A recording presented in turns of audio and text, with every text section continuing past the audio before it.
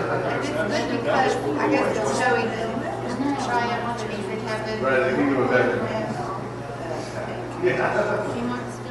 Well, that's sort of like when they chopped Noah's head off in the first place. Okay, I'm going to go ahead and get started. And when we get started here in a minute, we're going to start at Ezekiel chapter 45. So we're going to start at Ezekiel chapter 45. We've got 4 chapters of Ezekiel left. I'm going to make an overly ambitious prediction again. We might make it. No, I think I'm pretty sure we're going to finish Ezekiel. My overly ambitious prediction is I might actually do the introduction to Daniel tonight. But we'll see. All right. We'll see. That might be. We're going to hold you to it. That might be. We'll see how late it gets. You may not want to. Maybe we won't hold you to it. So just to, presumably for the final time, do a quick little catch up here on Ezekiel. Ezekiel, the book is made up of 7 visions. We're in the 7th and last one. That's usually referred to as the temple vision, and we've seen why, because the first half of it that we've between 40 and 44 is talking about a new temple in the New Jerusalem. We have pretty good dates on Ezekiel, because as we've seen as we've gone through the book, before each vision there's sort of a little passage where he says, now this happened in the 5th year of King so-and-so, and so we have a pretty good historical breakdown. So Ezekiel, remember, was taken to Babylon in the second deportation of people from Judah by King Nebuchadnezzar. The second deportation were basically people who had skills he could use, blacksmiths, artisans, craftsmen, and in Ezekiel's case, because he was from a priestly family, he could read and write. That was his primary skill. And so they were taken earlier into Babylon so that they could be useful to the Babylonian Empire. So he has his first vision in the year 595 BC. Remember that in 586, Jerusalem and the temple there are finally destroyed, and Judah gets wiped out. So while Jeremiah was there prophesying and describing the events that happened in Jerusalem, Ezekiel was already in Babylon. And so we saw in his first 2 visions, he talks mainly about the fact that Jerusalem is going to fall and Judah is going to come to an end. Then after that, sort of shifts gears to talk about, okay, well, now that the whole land deal is over, what does this mean going forward? Is God just done with us? Has he abandoned us? Has he washed his hands? Or is this story not over yet? And so we've seen in the subsequent visions that God is very much not done with them, and that there is a future that he has in store. The temple vision Ezekiel has in 572 BC, based on the dating he gives. We read basically the first half of that, the part that concerns the temple. As we talked about last time, this temple is the way in which God is going to live amongst his people forever. And without going through everything we went over last time and the week before, essentially the church fathers, and I think we saw for good reason in the text itself, have traditionally interpreted that temple as being Christ himself. And that it's this that sort of makes sense of Christ's references to himself as a temple. Right, when he says, destroy this temple and I'll rebuild it in 3 days. And other similar comments in the New Testament. So when we pick up here, we're still in the same vision, but we're pretty much done with the description of the temple itself. We're going to have some other images here coming up.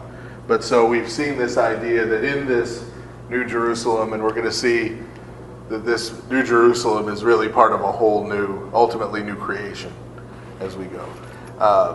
But that this new temple that sits in the middle is the new way in which God is going to dwell among his people, as opposed to the tabernacle in the past, the physical temple in the past. So does anybody have any questions before we start in chapter 45? Okay. So chapter 45, verse 1. When you divide the land by lot into inheritance, you shall set apart the first fruit for the Lord, a holy section of the land. Its length shall be 25,000 cubits, and its width 20,000. It shall be holy throughout its territory all around. Of this there shall be a square plot for the sanctuary, 500 by 500 rods, with 50 cubits around it for an open space. From this measurement you shall measure 25,000 cubits long and 10,000 wide. In it shall be the sanctuary, the Holy of Holies. From the land there shall be a portion for the priests, the ministers of the sanctuary, who come near to minister to the Lord. It shall be a place for their houses and a holy place for their sanctuary. An area 25,000 cubits long and 10,000 wide shall belong to the Levites, the ministers of the house. They shall have it as a possession with cities to dwell in. So, right at the beginning, this language of when you divide the land as an inheritance goes all the way back to the book of Joshua, where they were first coming into the land. And when they were first coming into the land, remember, I won't draw a bad map. But when they were first coming into the land, remember, God gave them, he assigned parcels of land in the land to each of the tribes. And then he commanded the tribes to go in and take that territory, right? And as we saw, some of them were somewhat obedient in that. Right?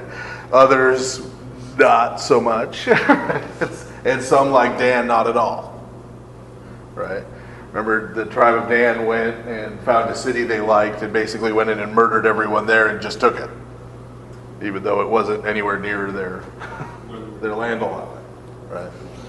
So that was sort of the first attempt. Remember, as God has been saying through Ezekiel over and over again, from the very beginning, you didn't follow my law. From the very beginning, you disobeyed me. Right? So now we're seeing this is now going to be the equivalent, right, in the new covenant. Equivalent in the new covenant. And so he starts with, right? He starts with when you receive the land, the first fruits, right? The first chunk of it, you're to give back to God. Right? And why is that? Because remember, he didn't really command that the first time. Right? He didn't tell him to build him a temple the first time. He didn't tell him, I mean, the Levites had a spot just like all the other tribes, but he didn't ask for them to give it back.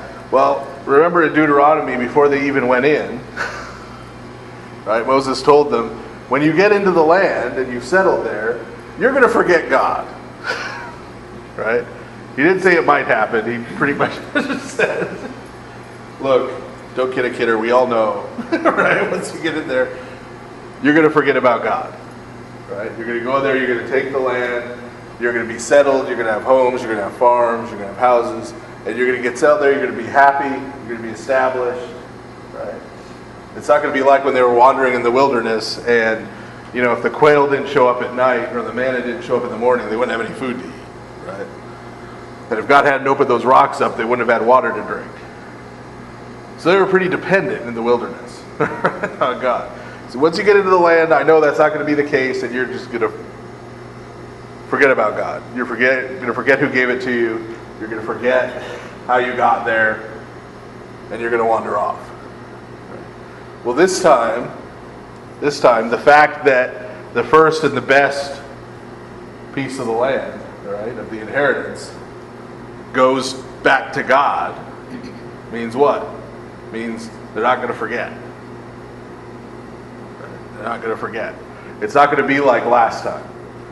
This isn't going to be like last time where I sent you to do something with the promise I'm going to cooperate with you to be successful and then have you fall away. Right? This time I'm going to give it all to you. Right? The whole thing. And we'll see we'll see just how much we're talking about giving, but a little later to tease it. But I'm going to give it all to you, right? And you're going to, at this time, you're going to respond with thanksgiving, right? And so we already see in the transition from the old to new covenant a shift here, right? Because what was the old covenant really all about? What was the focus of the old covenant? Well, you had the commandments, right? I mean, basically, there's only two things other than historical stories. If you look at the Torah, if you look at the first 5 books of the Bible, 5 books, Moses wrote, there's only two things other than stories. There's commandments, there's laws, right? And there's the sacrificial system, which is what? Which is what we do when you break the laws, right? Here I'm giving you the commandments. You're going to break them, and when you do, here's how to rectify. Here's how to rectify the situation. So that's the whole focus of the old covenant, right? The old covenant is Israel continuing to fail, right? And then God making provision to get it back to the way it was, right? Before Israel failed, over and over and over again in this cycle. The new covenant, as we've seen in Jeremiah and Ezekiel, is going to be different. Right? We've talked about before how in the old covenant God gives a command. He tells them to be holy. Right? And then when they're not, right, there's provision. Whereas God says in the new covenant, I'm going to make you holy. Right? Same kind of thing. Right? Except here we're using the land as the imagery. Right? God commanded them, go take the land. I'll be with you. I'll make sure you're successful. So they had to have faith. They had to believe that what God was saying is true. Right? But of course, they failed. And we see throughout the Old Testament history, right, insofar as they obey God, they start to, their territory expands. They start to disobey God. It diminishes until we get here and it's gone. Well, in the new covenant, it's not going to be like that. In the new covenant, God's going to give the whole thing. Right? And what he's going to receive back in terms of sacrifice is not having to fix things over and over again, right? Because things are now fixed. Right? Things are now fixed. And so now what's left? Well, if things have already been fixed, all that's left is thanking God for having fixed them and having given them. And this is at the core of what happens in how we worship. The center of worship in the Old Testament, in the Old Covenant, was those sacrifices in the temple. Right, every day, killing bulls, killing goats, right, blood running everywhere, right, burning up pieces, right, setting up to God to continue to try to correct this problem. In the New Covenant, what do we have? Christ offers himself as a sacrifice. So the sacrifices stop and are replaced with what? With communion. The technical name for communion is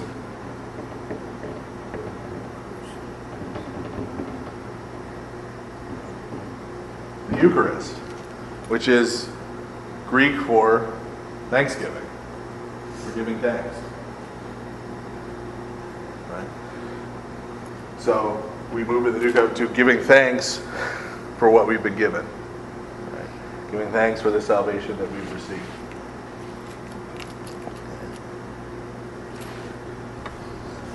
So now verse 6. You shall appoint as the property of the city an area 5,000 cubits wide and 25,000 cubits long. In this manner the whole house of Israel shall have the first fruits of the holy things.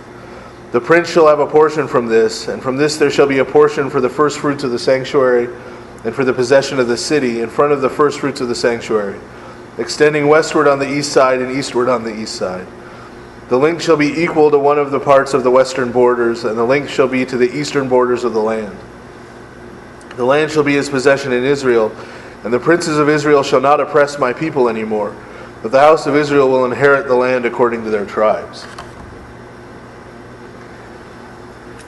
Now, do you notice something here?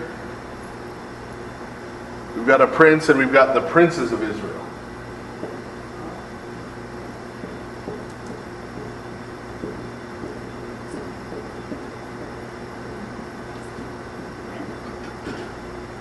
princes of Israel.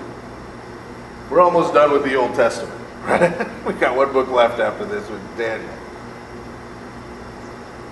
Have we read anything in any of the historical books, or any of the other ones, about princes of Israel? Right? We had, 4 books plus 1st and 2nd Chronicles about the kings of Israel. Right? Now all of a sudden, in the future, right? And we've seen what we're used to in the prophets is what? In terms of who's going to come in the future, is a king, right? Messiah. Right? Someone from David's line, right? The kings of Judah, there's going to be a king. Well, now we're talking about a prince and the princes of Israel. Well, what's the difference between a king and a prince? The prince is the king's son. So if the person ruling over Israel is a prince, who's king? God. God. Right? This is another problem solved. Right? Because remember, God didn't want them to have a king in the first place. Remember back in 1 Samuel? They said, we want to have a king like all the other nations. And God said to Samuel, no, they don't. They think they do. They think they do, but they don't. Because if they have a king like the other nations, he's going to tax them. He's going to draft their sons into the army. They're going to go off into wars and die. He's going to take their daughters for wives. Right? He's going to oppress them and rule over them. You don't want a king. Right? He said, you should be happy with me. Right? With God as your king. But they weren't, right? They weren't. They rebelled. They wanted to have their own king. Right? They wanted to have their own king. So in the future, in the new heavens and the new earth that Ezekiel is envisioning, New Jerusalem he's envisioning, we don't have a king anymore, we have a prince. Right? God is king again. Right?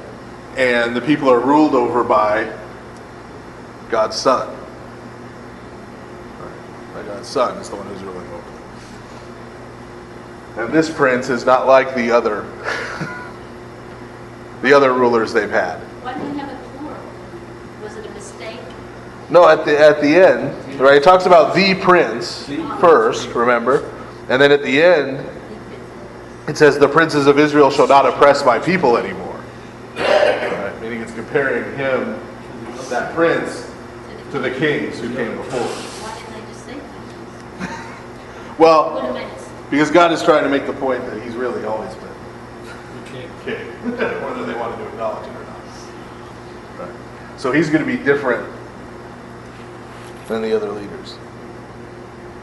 Verse 9, thus says the Lord God, enough, O princes of Israel, remove wrongdoing and trouble, and execute judgment and righteousness, and take away oppression from my people, says the Lord God.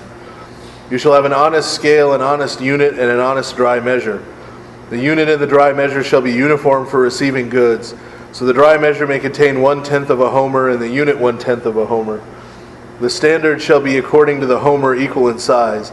The standard weight shall be 20 obals.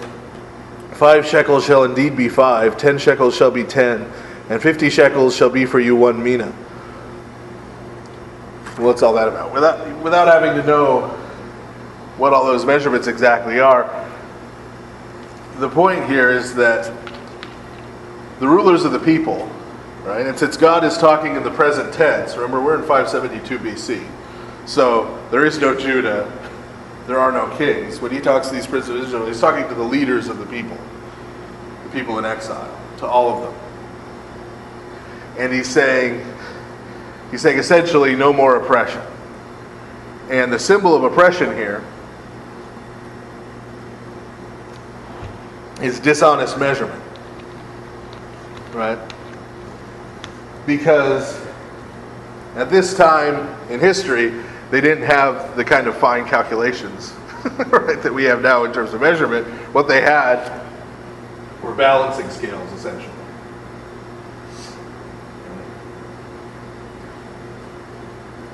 More of my art skills here.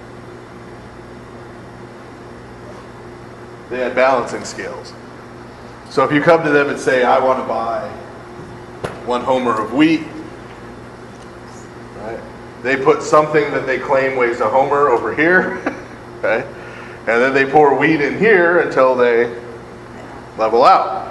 Well, if our friend the merchant over here has a light homer, then he's going to be cheating you. He's going to be giving out that sweet. Right?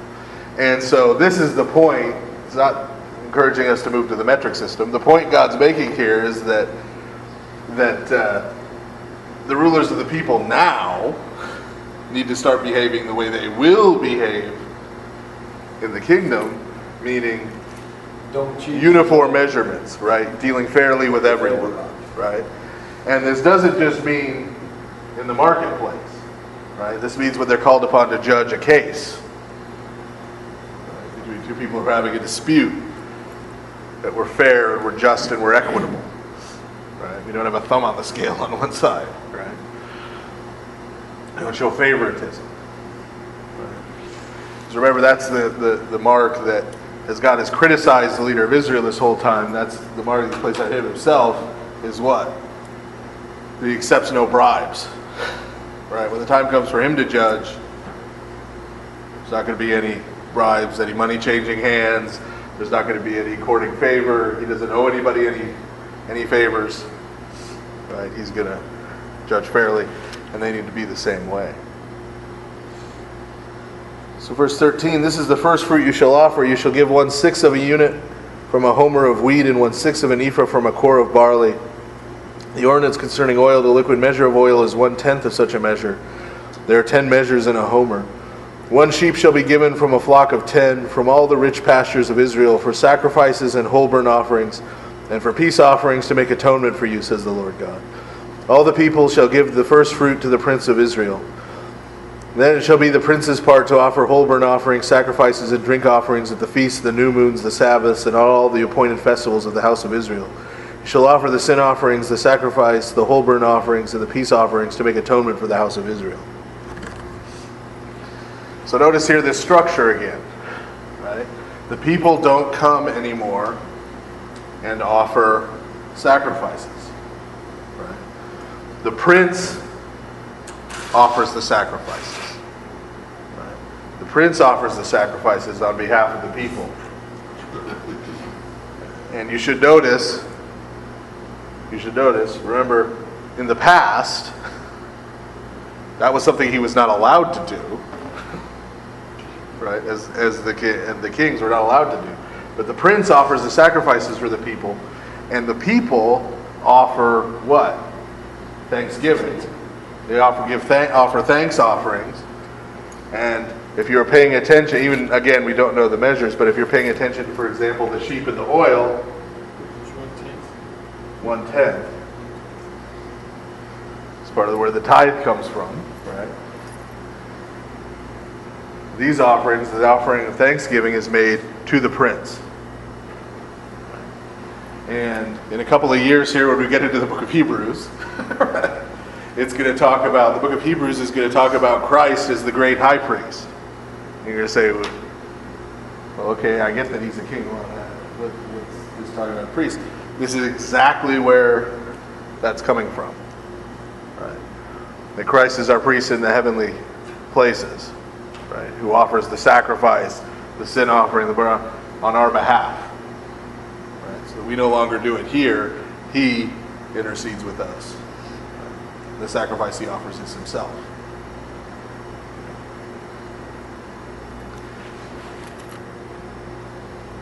Verse 18, thus says the Lord God, in the first month, on the first day of the month, you shall take a young bull without blemish and make atonement for the sanctuary. The priest shall take some of the blood of the atonement and put it on the doorposts of the house, on the four corners of the temple, on the altar, and on the gateposts of the gate of the inner court.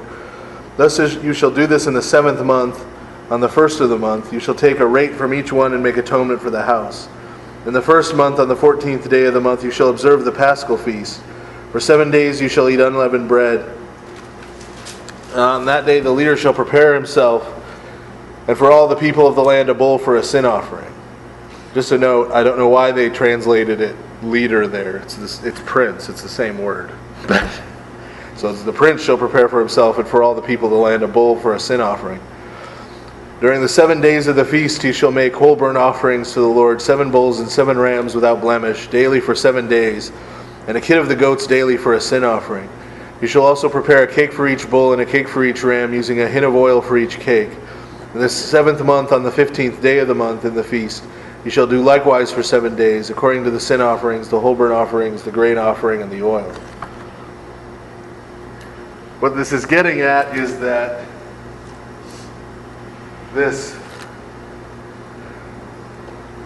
I'd use the Greek word economy, but that means something different now.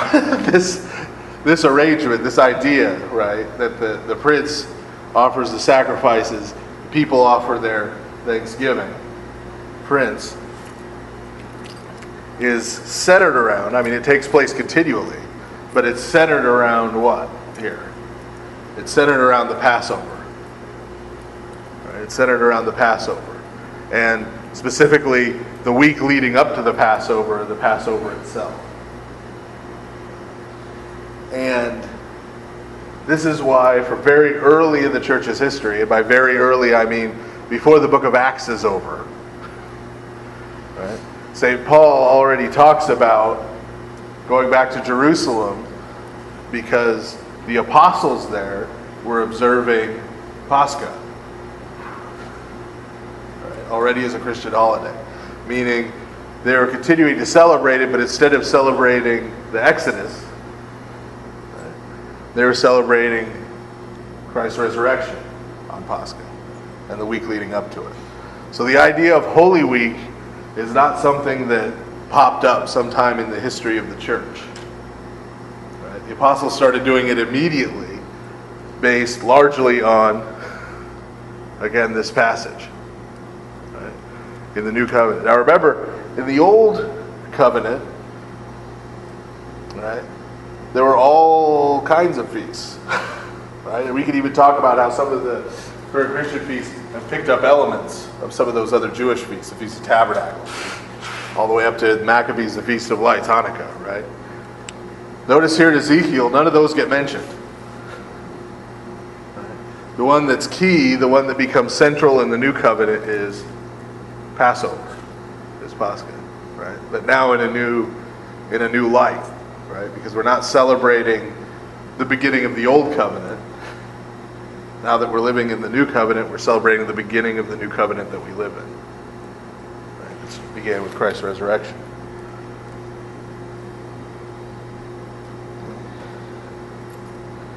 So chapter 46. Yeah. Why is it that we are having blood after the sacrifice, the supreme sacrifice, has already been made?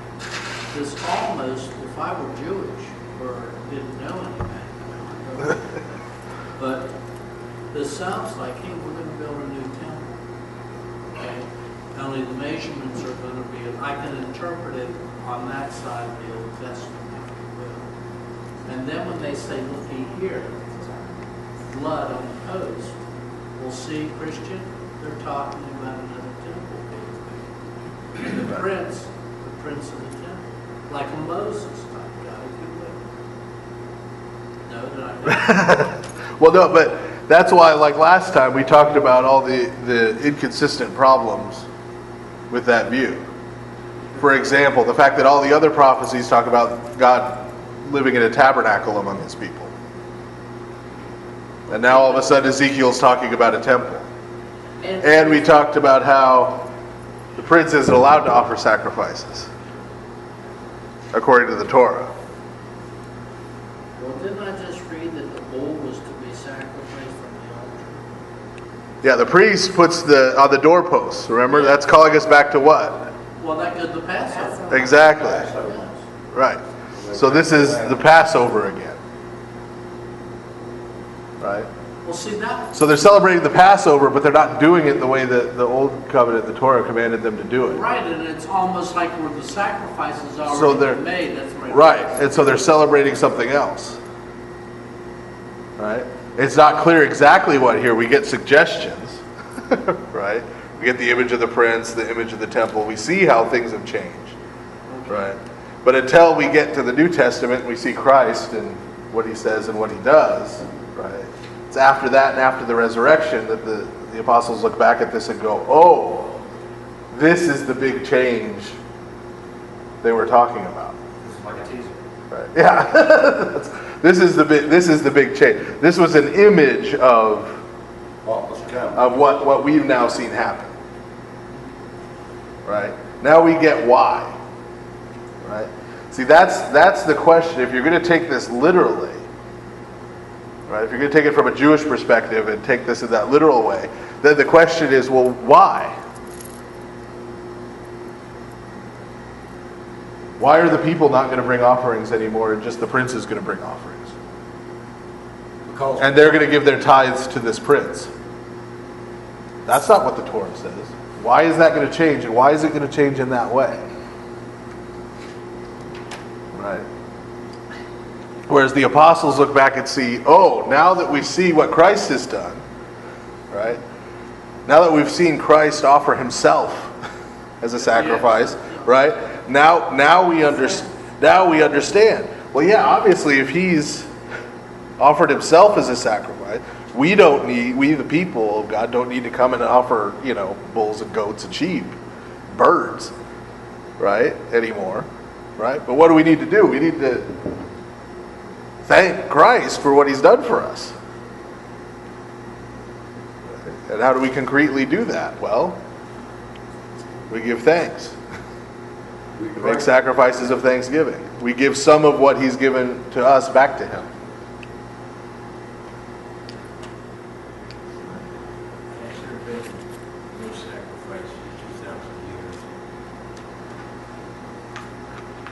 You mean official Jewish sacrifice? Yes. Yes, since the temple was destroyed in 70 AD. So, No sacrifice in 2000. There's been no sacrifices since. Jewish folks? They don't believe Jesus Well- is the leader. so what do they think? They're going to rebuild the temple? They're going to start all these Killing animals again. sacrifices? Some, yeah. Yeah. Some of them. They don't get it, do they? Some of them not. I mean, we'll talk as we get into the New Testament. We'll talk a little bit more about that. But by the time we get to the New Testament period, there's dozens and dozens of Jewish sects with different views, right? And essentially, when the temple's destroyed in 70 AD, and then when Jerusalem's destroyed in 128, and literally wiped off the map by the Romans, most of those sects of Judaism ceased to exist because they were bound up with the temple and with the city and with the land, and they lost all those things, right? And so those sects just vanish, basically. The ones that stick around are Christianity, right? And what is now Rabbinic Judaism, what we now call Judaism, which is descended from the Pharisees. That's why the Pharisees are so prominent in the New Testament, is because they were the other rival group that was still around, right? There's not as much about the Sadducees, because once the temple was destroyed, the Sadducees, their whole power base was the temple. So once there's no temple, they basically cease to exist. But the Pharisees were still around and still competing, because the Pharisees, their whole ideology was sort of ignoring Herod's temple anyway.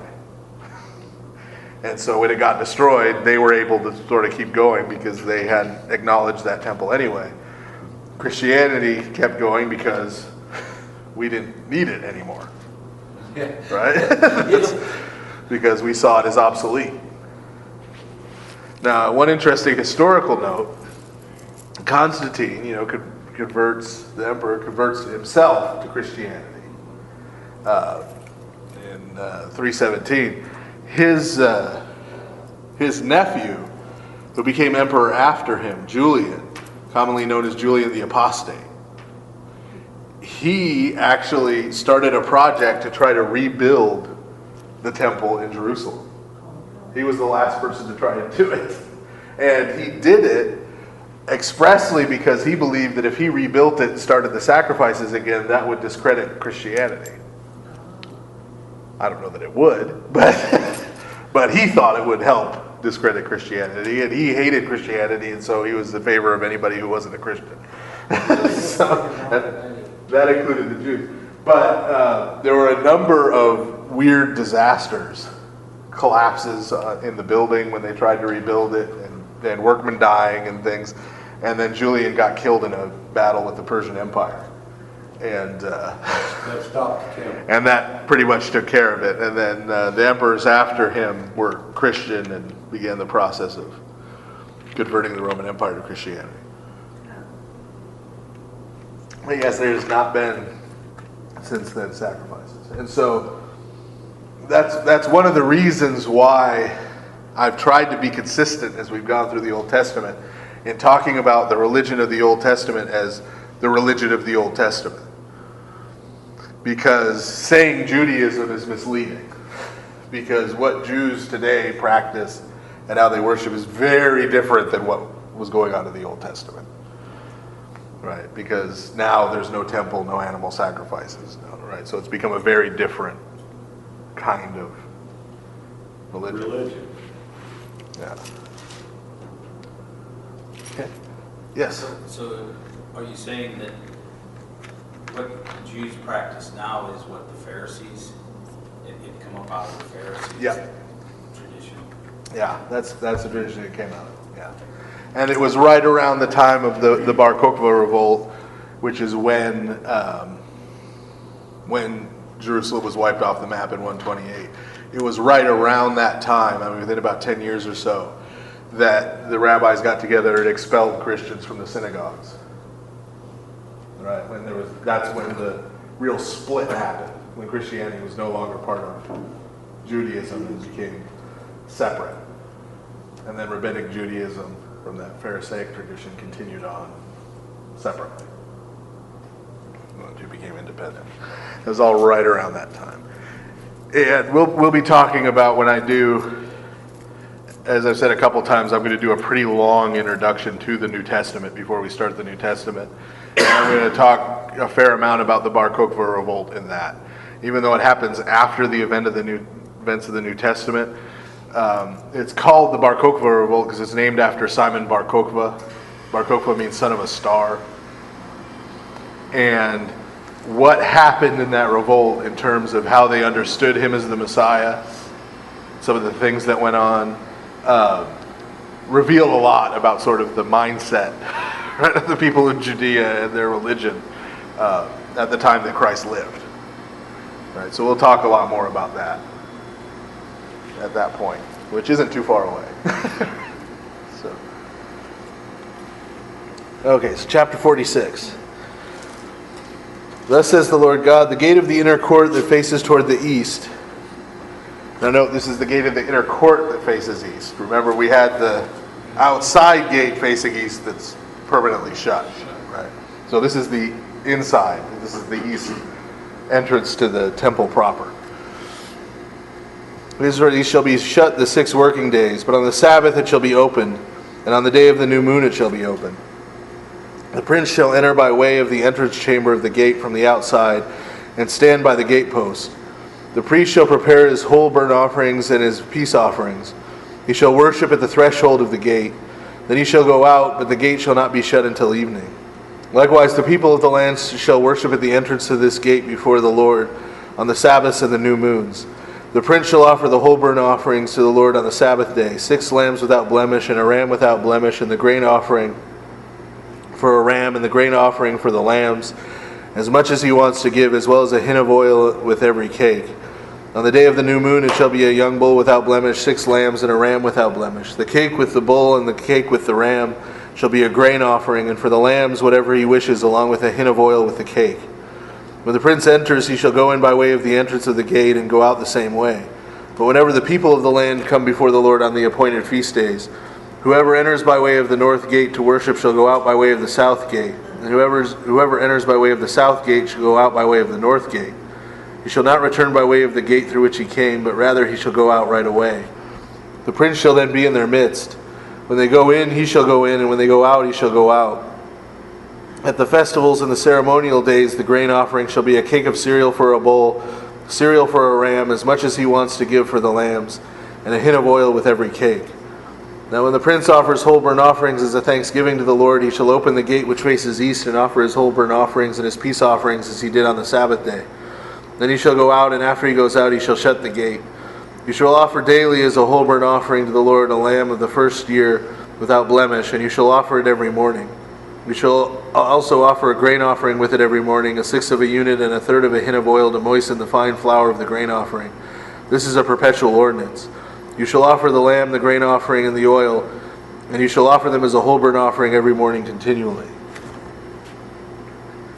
So, a few things here. First, we've got some animals again, but note, the prince is offering animals, and alongside, connected to, there's a grain offering with each one.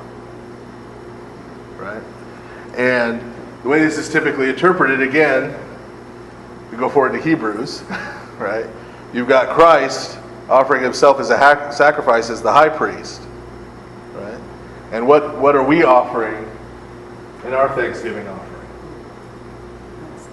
A grain offering, right? A grain offering. Show up with bread. Now notice also, I'm going to do some really bad art.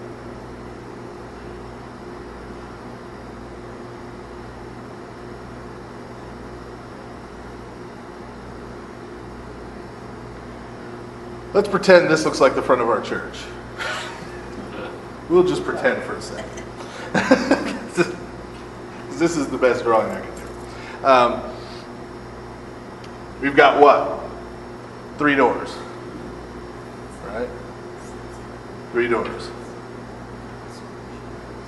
This is north door. This is south door.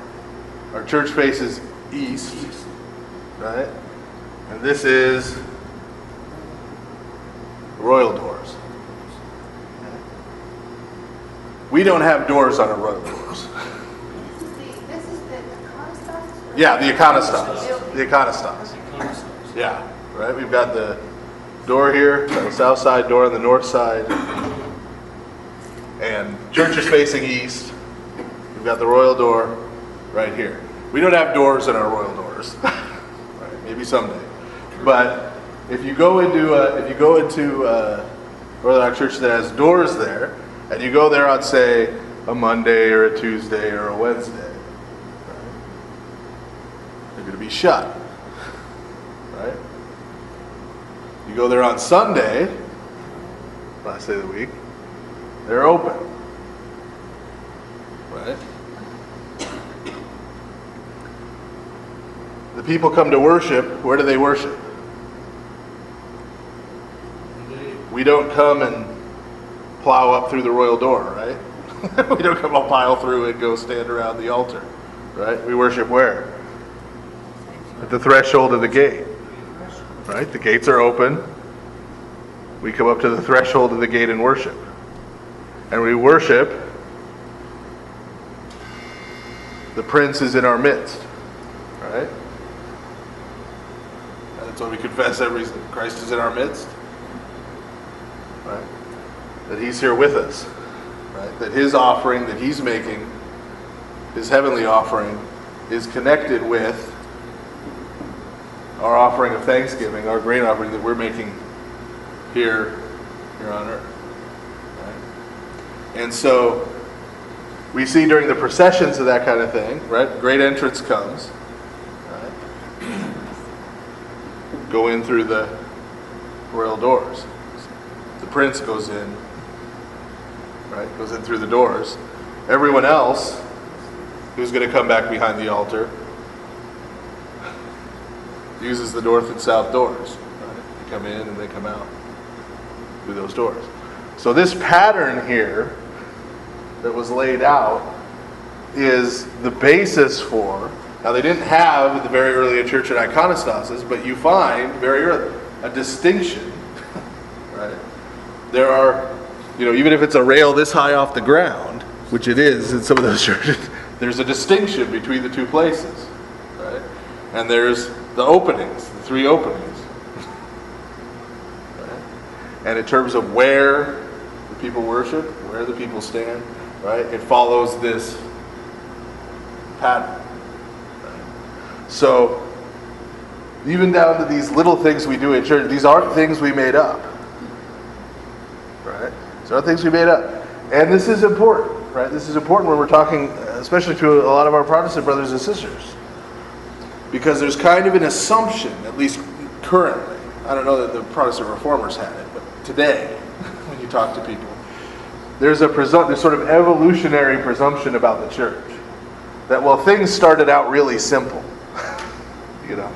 Things started out really simple. It was just some guys around a table in their house, and they broke some bread and they drank some wine. And then, as time goes on, all this other stuff gets added.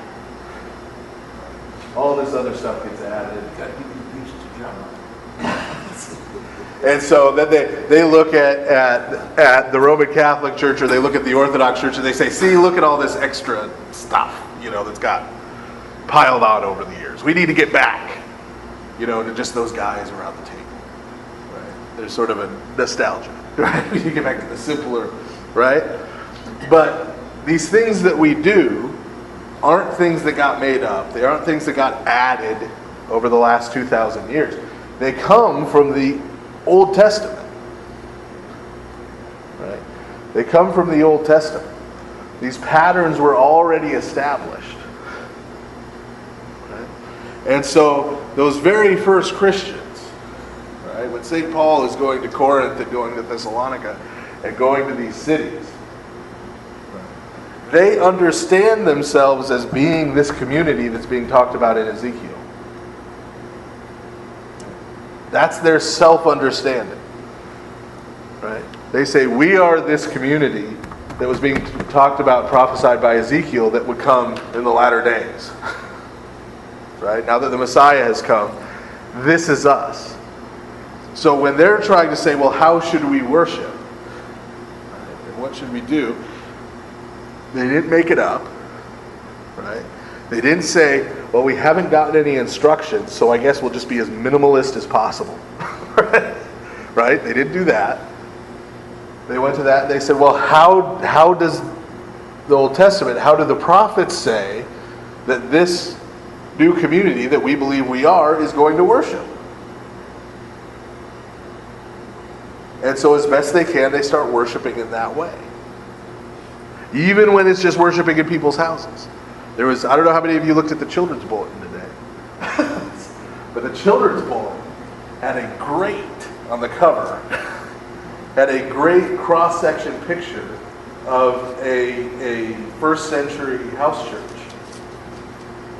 What an actual Greek home, right, where people would have met, looked like. Where the courtyard was, where the family lived, where they ate, where things would be. It's pretty amazing. So, if you're here sometime this week, grab a children's bulletin. They're still in the back because there's a great little picture. But you can see there, again, it's not little people huddled around houses. Even in those houses, they started to set things up and establish these patterns. Right? That said, this is us. This was talking about us. This was written about us. Well, in secular history, one of the things that the church, formal churches, the Orthodox, the Roman Catholic, and in particular I'll speak about the Episcopal Church, you had in America many immigrants coming in. Their lot was to hunt, fish, survive. Many could not read and write. And in particular, the Episcopal Church, because of the way she's set up, took years. In fact, Bishop Seabury had to sneak over from England to ordain people because England and America were in tensions. Right. So you had people who needed the gospel. Hence, in West Virginia, you had what? The circuit riders. A well-educated person, and no other church formally that had to go through this process was there. And that's why you had such a massive movement, if you will, of what we would call fundamental Christianity from the history. And if you could read and write, remember, very few people were educated in America.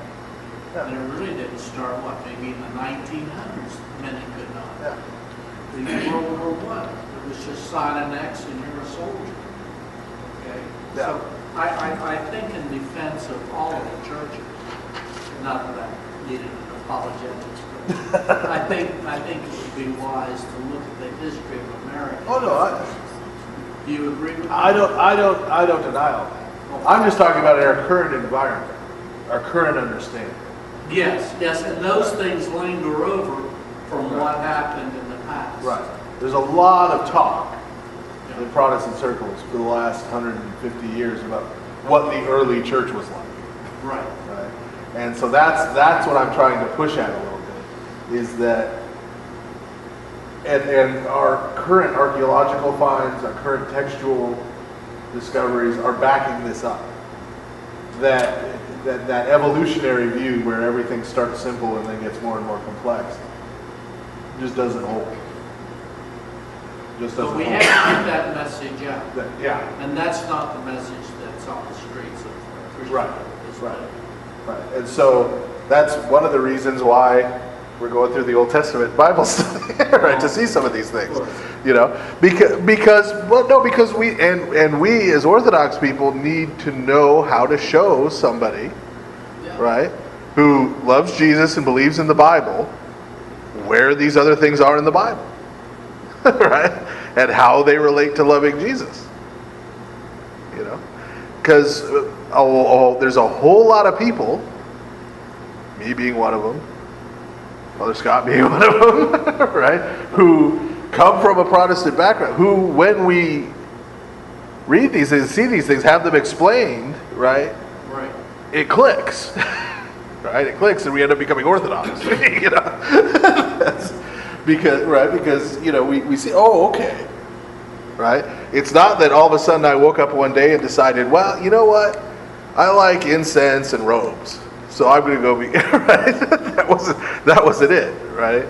It was that I came to the conclusion that what the scriptures were teaching was actually happening in the Orthodox Church, and seeing these things, seeing things like the fact that every time one of David's descendants is named, his mother is always named alongside him,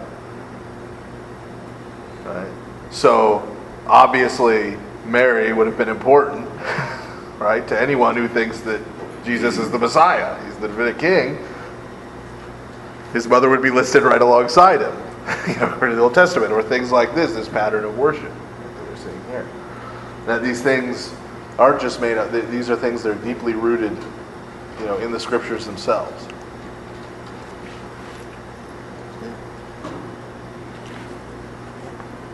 So now, verse 16. Thus says the Lord God, if the leader gives a gift of some of his inheritance to any of his sons, and again, I don't know why they keep switching back and forth between prince and leader. This is still the prince. Gives a gift of some of his inheritance to any of his sons, it shall belong to his sons, and it is their possession by inheritance. But if he gives a gift of some of his inheritance to one of his servants, it shall be his until the year of remission, after which it shall return to the prince. But his inheritance shall belong to his sons, and it shall become theirs. Moreover, the prince shall not take any of the people's inheritance so as to oppress them. He shall provide an inheritance for his sons from his own property, so none of my people may be scattered from his property. So, we have another note there at the end of how this prince is different than maybe some other princes and kings they're familiar with, right? Who take from them to give to the people they're favored. But the first part of this is important too. First part of this is important too. The inheritance. What inheritance are we talking about? Could that be salvation? Well, ultimately, right? Within the imagery we're looking at, we're talking about the land, The kingdom of right? But in Greek, the word that's being used here for land, gi, it also means the earth. It's the same word that when in the Beatitudes Jesus says the meek shall inherit the earth. Right? If it were in the Old Testament, they probably translated the meek shall inherit the land. Right? It's the same word. So The inheritance here belongs to who? Sons of the prince. Belongs to them permanently, right? It belongs to them forever. It belongs to the servants temporarily. Temporarily. This is going to be an important text. We're going to come back and talk about this when we get into St. Paul.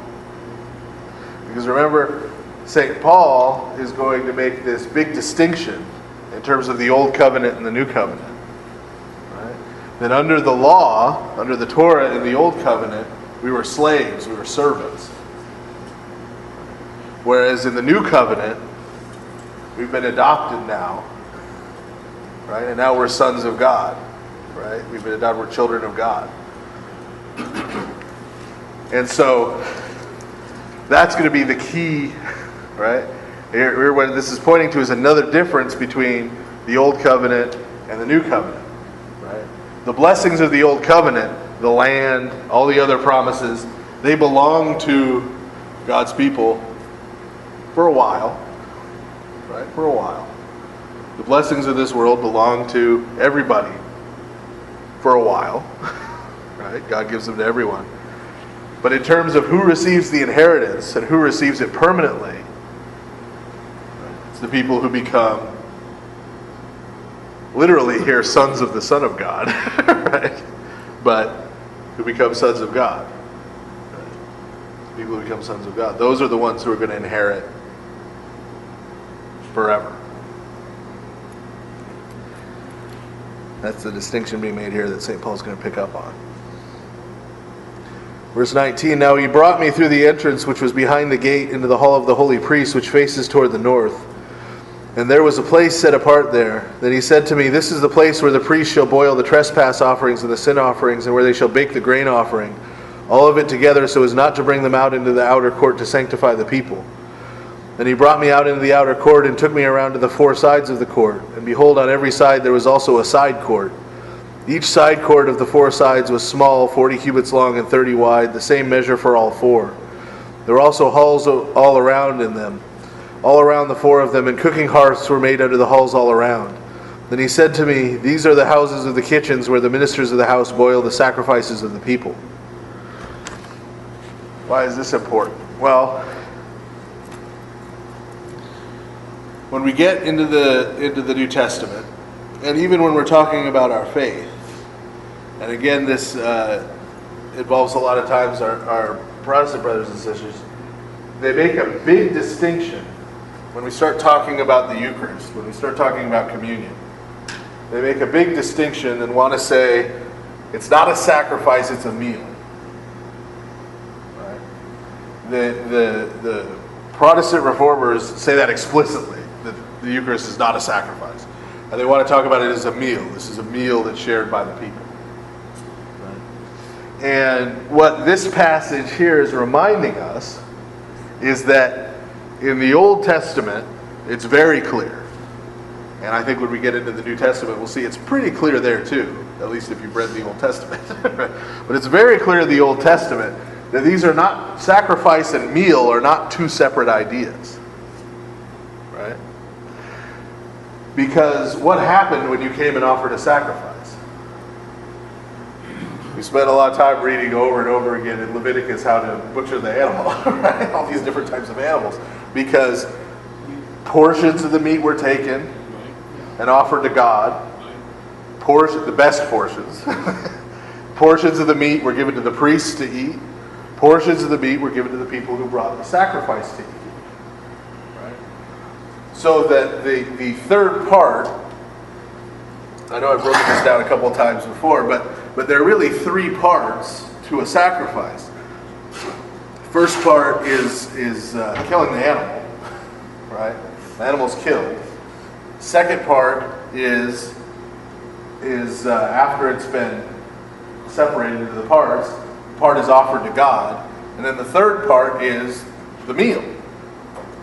The meal, where the other parts are eaten. And so there tends to be a focus for us as modern people who aren't as familiar with animal sacrifices, because hopefully we haven't done any. But we probably haven't even seen one. But on the killing part, right? On the killing part. And so we look at it and say, well, Christ died once for all, right? St. Peter tells us that. Christ died once for all. So the Eucharist doesn't have anything to do with the sacrifice, because Christ only dies once. We don't keep killing Christ over and over again. Right? But the point being, in a sacrifice, there's still two other parts. Right? There's two other parts. The offering and the meal. And so what we're seeing in this passage, as we've seen the sacrificial offering and the grain offering, right? These two things kept side by side, is that the offering, that Christ continues the offering, right? Christ continually offers himself as a sacrifice for us in the heavenly places, as it talks about in Hebrews, right? And then we participate in Christ's sacrifice through the meal, through sharing in the meal, right? And this is why when we celebrate the Eucharist, we have a little service beforehand that usually I do, right? Where we take the bread that's being offered and we cut it up, right? And there's a piece of that comes out that gets used for communion. And of the communion piece, there's a piece that represents Christ. There's a piece from which the priests eat. And there's two pieces which then the people eat from. Right? It's that same kind of meal. It's that same kind of sacrificial meal. Right? So we participate in Christ's sacrifice by participating in that meal. Right?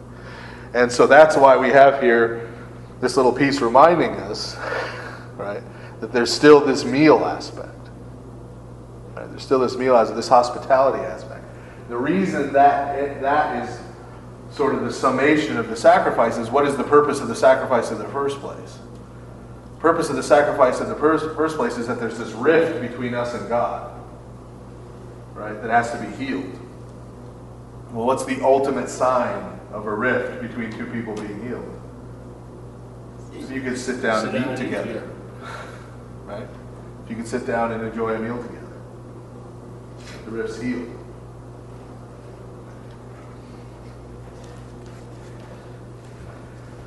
Now, chapter 47. And then he brought me back to the outer door of the house, and there was water flowing from under the open air of the chamber toward the east. And the water was flowing from under the right side court from the south to the altar. Then he brought me out by way of the north gate and led me around on the outside to the outer gate that faces east. And there was water coming down, running out on the right side, in the direction in which a man went forth opposite. There was a measure in his hands, and he measured 1,000 cubits with the measure. And he passed through the water. It was the water of remission. Again he measured 1,000, and he passed through the water, and the water was up to his knees. Again he measured 1,000, and the water came up to the waist. Again he measured 1,000, and it could not be crossed, for it broke into a rushing torrent which man cannot pass through. He said to me, Son of man, have you seen this? Then he led me to the bank of the river. As I returned, behold, along the bank of the river there were very many trees on this side and the other. And he said to me, This is the water that flows into Galilee, which is to the east. Then it goes down upon Arabia and reaches as far as the sea to the outlet of the water, and it will heal the waters.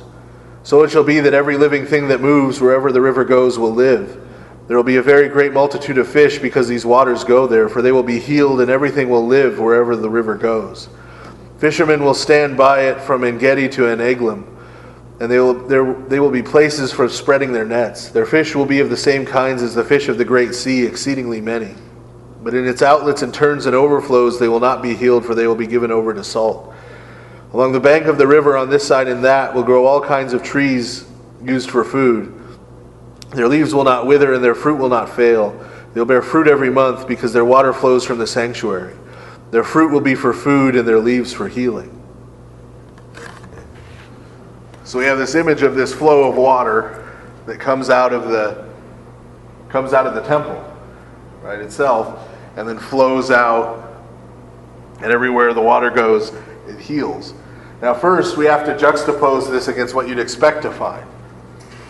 Right? What you'd expect to find if you went to an actual temple, like say Herod's temple, when they built it. There was not a river of life flowing out of Herod's temple. There was a river of blood flowing out of Herod's temple. Blood, awful animal parts that they couldn't use, right? Gristle, right? So there was sort of this foul river of stink, right? Sacrifice going. So first of all, we see this sort of 180 transition. We've already seen, right, in the New Covenant, this shift away from the sacrifice toward thanksgiving, right? Well, now we have, instead of blood coming out, we have water that gives life. Remember the corresponding change would have been in the book of Exodus. Remember? We think mainly about the Nile, but it wasn't just the Nile. It was actually all the water in Egypt that God turned to blood. Right? So they could be drunk. That was the sign of judgment. That was the sign of judgment. Now we have the opposite. Right? We have a river of blood being turned into a river of pure water. A couple other things to point out. Remember, we talked about this temple as representing what? Christ's body. You remember what happens as St. John records it when Christ dies. The centurion comes and pierces his side with a spear, blood flows, and water. Right? And water. And another thing to note, right? Notice that when this water comes out, it heals the other waters, right? We talked before about what water symbolized in the Old Testament, right? In the Old Testament world, in the whole ancient Near East, water and the sea in particular was a symbol of chaos, right? It was chaos and destruction. The sort of evil god, if you read the mythology about Baal, the mythology about Baal mainly centers around Yam, which means sea, right? It's the Aramaic word for the sea. Yam being personified, the sea is this evil god of chaos. Baal comes and defeats him, right? It brings order to the universe, right? So the sea, right? The waters, they're sort of the image of chaos and destruction. Well, not only do we have blood turned to water, but we have this water going out and transforming, right? Transforming the waters from the symbol of chaos and destruction into life, right, that they used to be. This is what's going on for any time we do a blessing of the waters. And if you listen closely to the prayers, even the one we do before a baptism, right? We start talking about how to remove from the water any dragons that lurk there or serpents that lurk there, and you might be sitting there going, it's Charleston tap water. I'm pretty sure there's no dragons or serpents, right? I mean, I can look at, I don't see any, right? That's not referring to, right? Yeah, there could be chemicals or something, but no, it's not referring to literal, it's referring to that image, right? It's referring to that image of the sea and the water is now being tainted by the sin and the chaos in the world, right? And Christ not defeating that and transforming the water into what it was originally for. This is what we're doing every time we bless something in the church. And we have prayers for blessing pretty much anything. And if we don't have a prayer for that in specific, there's one for blessing any object. Right? So we can just pull that one out. Right? So, Got it all covered. but we've got, you know, we can bless everything from apiaries to minivans to right? Airplanes, yeah. And whenever we bless something, right, we're not making it magical, right? We're not putting some secret mysterious power into it. Right? What we're doing when we bless something is we're taking something from this sinful world and we're taking it back and restoring it to what God originally created it to be. Right? God originally created water to bring health, right, sustenance, to clean, right? To purify, to restore. That's what God created water to be. Right? We, through our sinfulness, have done all kinds of things to the water. Right? But when we take it and we bless it, we're bringing it back to what it was originally for.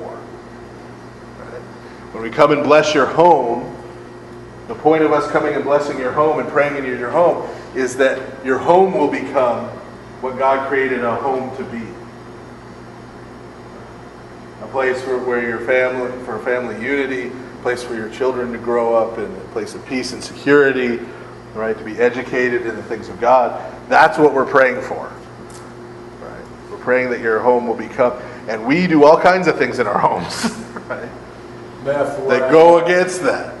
Well, I don't know about your house, Dave. I was just talking about yelling and cussing.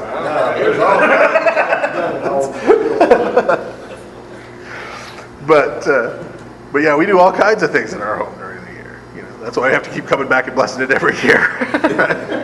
But Thank you. But we're restoring to what it's supposed to be, right? And not to put too fine a point on it, but that's also what we're trying to do when we bless people. Right? When we say God bless you and we give blessings in our services, right? Our hope and our prayer is that each one of us will become the person God created us to be. Not be trapped in what we may have done to ourselves.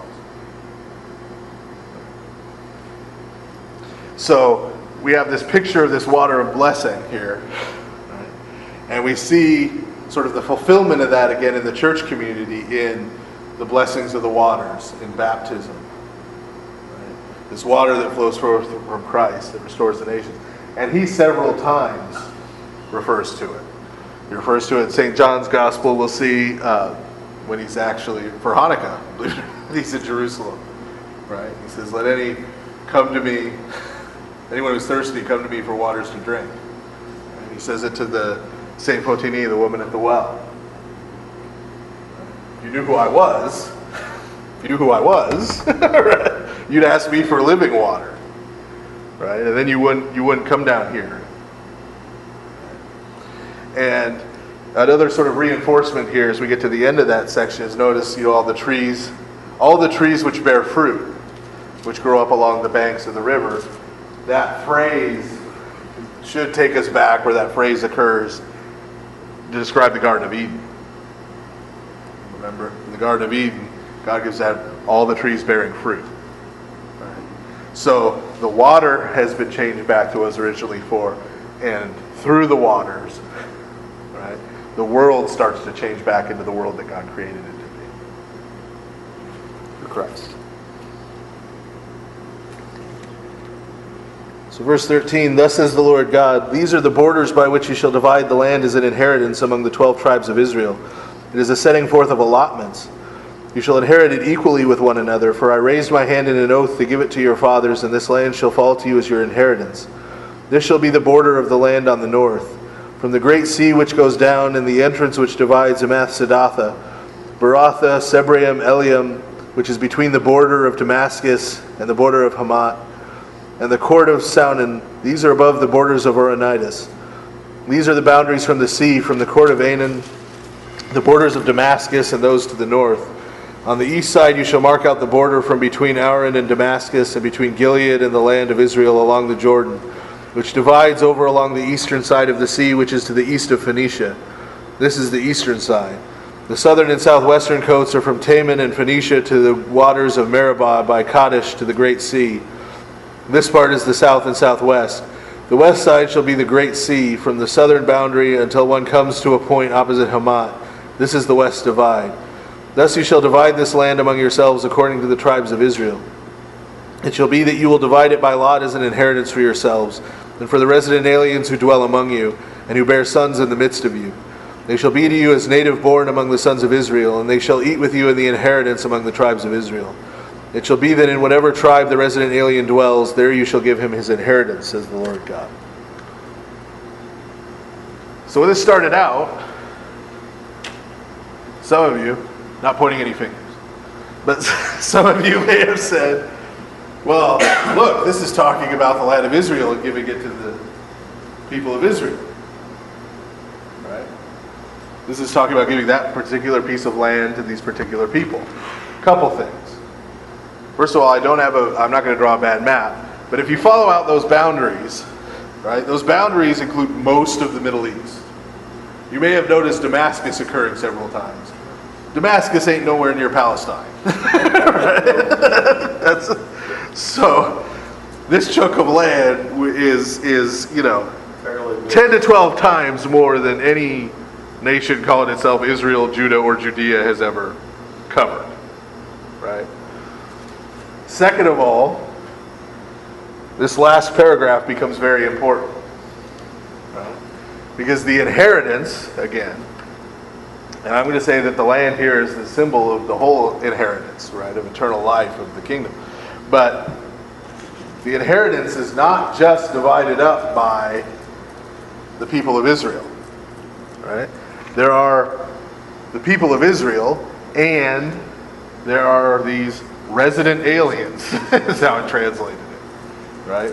These foreigners, meaning what? Meaning Gentiles, right? Who are going to come to live among them and have children among them.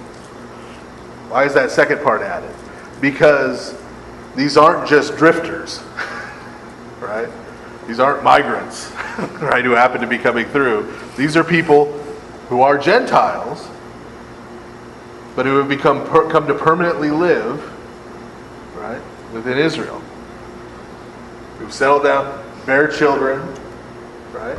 And what does it say? It says they're reckoned exactly like, they eat of the inheritance with, they're treated exactly like the people who are descended from the 12 tribes, right? And whatever tribe they have to live in, that's what they're reckoned, right?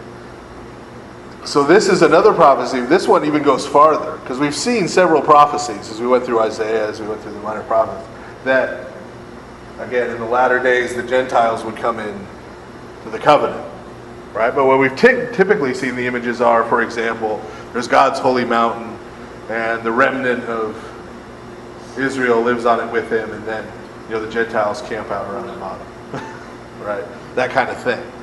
Well, this goes one step further, right?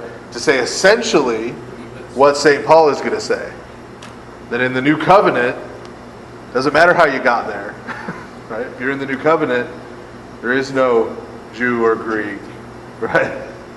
Male or female, slave or free, everybody's on the same plane, right? So again, this isn't something that St. Paul is just pulling out of his hat, So, right? But he's going to make a religion. He's going back to these prophecies and saying, and St. Paul is saying, I'm watching this happen, right? As we talked about the last couple times with St. Peter and Cornelius. He says, I'm seeing these Gentiles receive the Holy Spirit, right? Same Holy Spirit that the Jews who believe in Christ are receiving. Right? And since they're receiving the same Spirit, since they're part of the same covenant, the rest of this needs to be true too. They need to sit at the same table together. Right? They need to receive the Eucharist together. They need to sit at the same table together. They're the same. Right? They're the same. well then, he predicted that, then on down the road, then the Jews stopped sitting at that same table and kicked the Christians out. Yes. And then the Christians start the church of their own. And that's how we got here. Essentially. But even in, see, this is going to be the big crisis when we get into the book of Acts, sometime toward the end of next year probably. We get into the book of Acts, the big crisis is, at first, you have the Jewish people who believe in Jesus, who accept him as the Messiah, accept him as the Christ. Right? They're the core of the church, just like all these prophecies say. The core is going to be this remnant of Israel. Well, and the Gentiles start to believe too, right? And they're mostly okay with that, mostly. But they're okay with that as long as the Gentiles kind of stay over there, right? The Gentiles, from a lot of their perspective, are sort of along for the ride. It's like, this is really about us, but okay. Right, you guys can kind of come along for the ride. And what St. Paul is going to have to fight for, and really fight for, is no, these Gentiles are not some kind of second-class citizens of the kingdom. Right? They have the same citizenship, same sonship. They're heirs of the inheritance, same as you Jews. And so you can't refuse to eat with them anymore. You can't refuse to sit with them anymore. You can't refuse to associate with them anymore. As far as the church is concerned, these differences in ethnicity and race and stuff don't exist. So they throw us out anyway. Well, they threw out everybody who believed in Jesus, yeah. That's what I'm saying. Yeah. They still don't want to associate with us a whole lot today. Not really, no. Not really. Yeah. Okay. Okay. So, chapter 48. We are going to finish Ezekiel. We're not going to do anything else. We're not going to do anything. Excuse me. Chapter 48. Now these are the names of the tribes from the northern border of the descent which divides at the entrance of Hamath, the court of Anan, the border of Damascus northward, in the direction of Hamath of the court. From its east to its west side there shall be one section for Dan. By the border of Dan from the east side to the west, one section for Asher. By the border of Asher from the east side to the west, one section for Naphtali. By the border of Naphtali from the east side to the west, one section for Manasseh. By the border of Manasseh from the east side to the west, one section for Ephraim. By the border of Ephraim from the east side to the west, one section for Reuben. By the border of Reuben from the east side to the west, one section for Judah. By the border of Judah from the east side to the west shall be the district which you shall set apart, 25,000 cubits in width, and in length the same as one of the other portions, from the east side to the west with the sanctuary in the center. The first fruits, the district that you shall set apart for the Lord, shall be 25,000 cubits in length and 25,000 in width. To these, to the priests, the holy district shall belong. On the north, 25,000 cubits in length. On the west, 10,000 in width. On the east, 10,000 in width. And on the south, 25,000 in length. The holy mountain shall be in the center. It shall be for the priests of the sons of Zadok who are sanctified, who keep my charge, who did not go astray when the children of Israel went astray, as the Levites went astray. The first fruit shall be given to them for the first fruits of the land, even a most holy portion from the borders of the Levites. Next to the territory of the priests, the Levites shall have an area 25,000 cubits in length and 10,000 in width.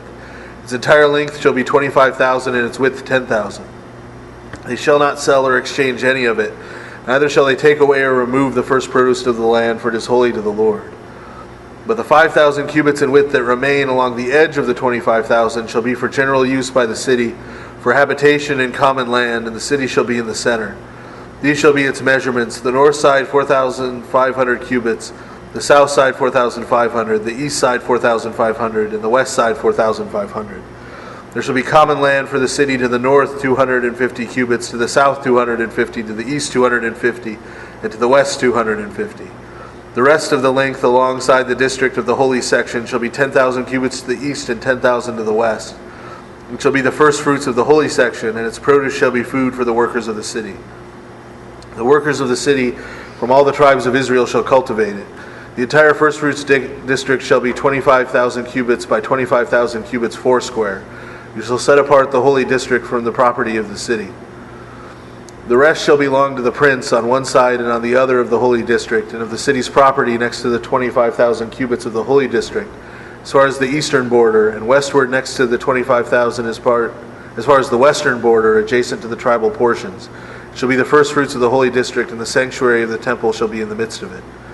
Moreover, apart from the possession of the Levites and the possession of the city, which are in the midst of what belongs to the leaders, the area between the border of Judah and the border of Benjamin shall belong to the leaders.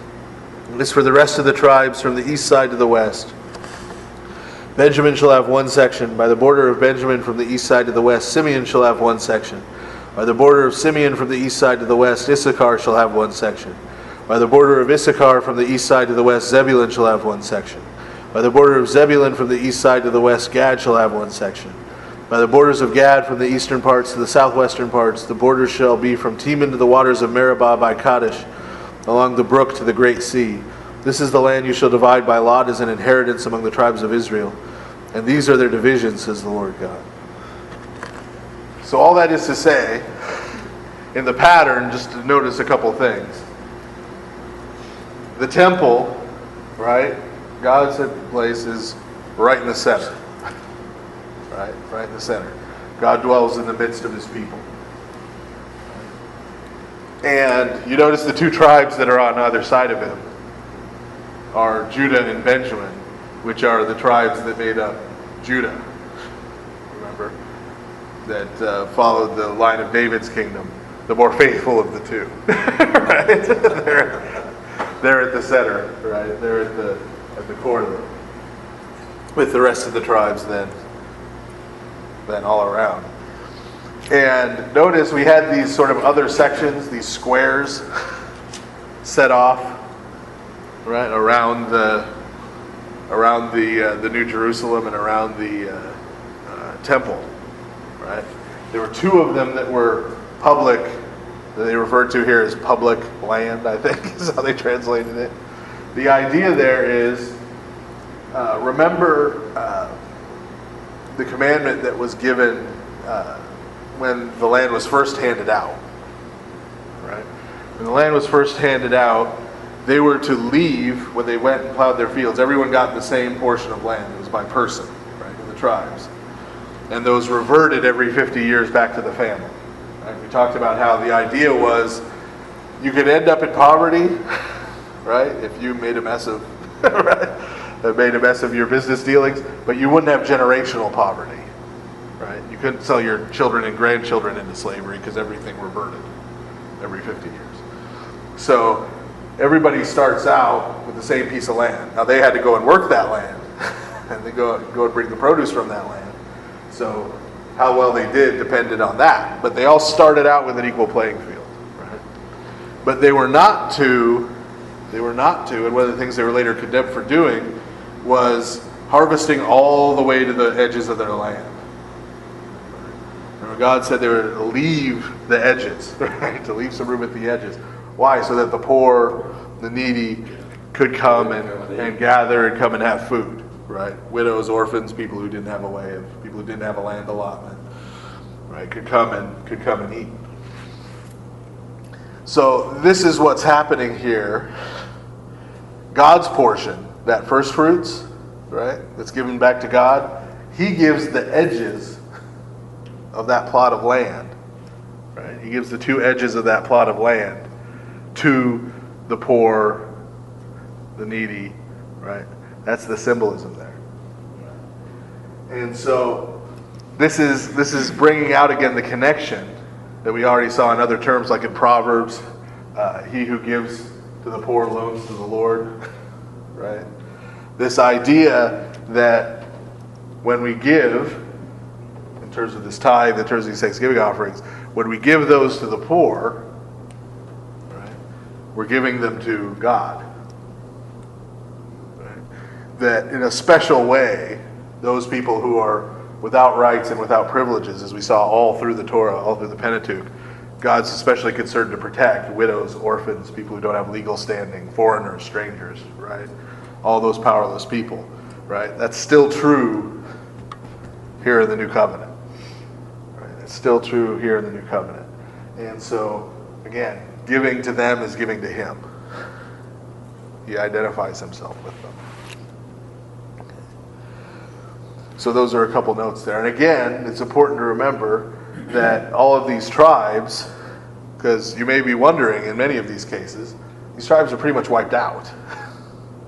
Right? When the Assyrians wiped out Israel, they pretty much decimated those 10 tribes. I mean, there's nothing really left.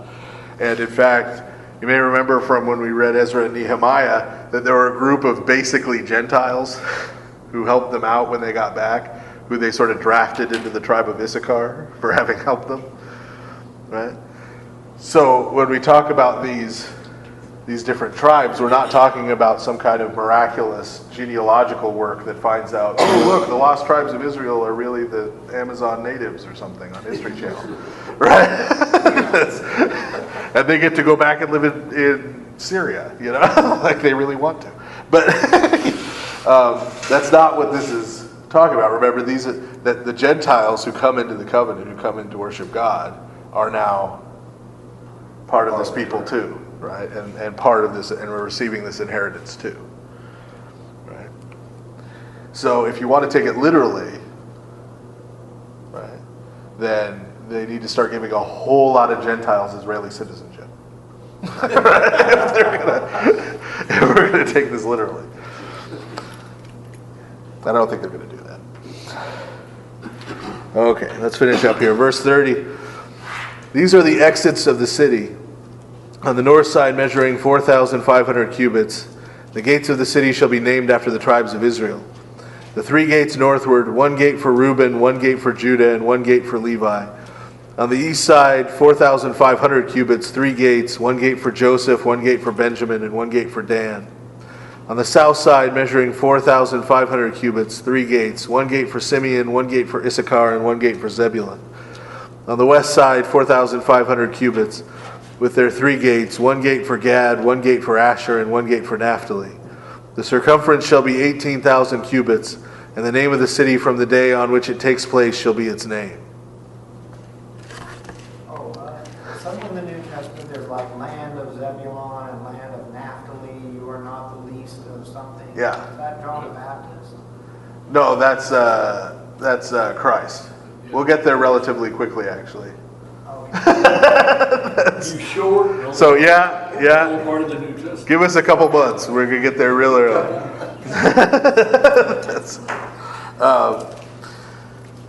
So the thing to note here, this is the city. Remember, this is the New Jerusalem, and it is what? Again, a cube. Right? It's a cube, and there are the 12 gates named after the 12 tribes. This is something to put a pin in, because we're going to see this city again. It's going to be a couple of years. It's going to be a little longer than the other. But at the end of the book of Revelation, the New Jerusalem is going to appear again. And it's going to have some very familiar measurements and a very familiar number of gates leading into it. That's going to come back to this. So this is where Ezekiel's last vision, and therefore the book ends. I know it seems kind of abrupt. It's like, well, okay, the city has 12 gates. Right? But where it ends is finally on this image that this whole chapter included. Right?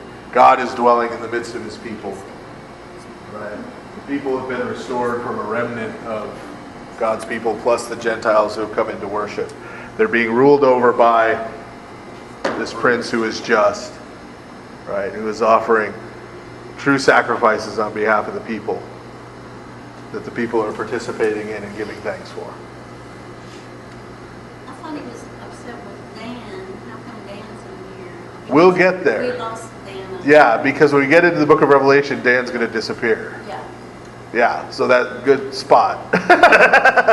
But we'll talk about that. For now, why it's here is easy. It's one of the 12 tribes. Right. When we get to where it disappears, we'll talk about why it disappears. I'll have to wait. You're gonna have to keep coming to Bible study. I gotta string you along.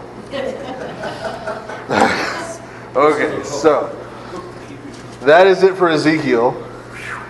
As I promised when we started, I know there's a lot of weird stuff in there, and Found out about it. semi-pornographic stuff. And, But Daniel's about to occur. yeah, we got some more weird stuff in Daniel.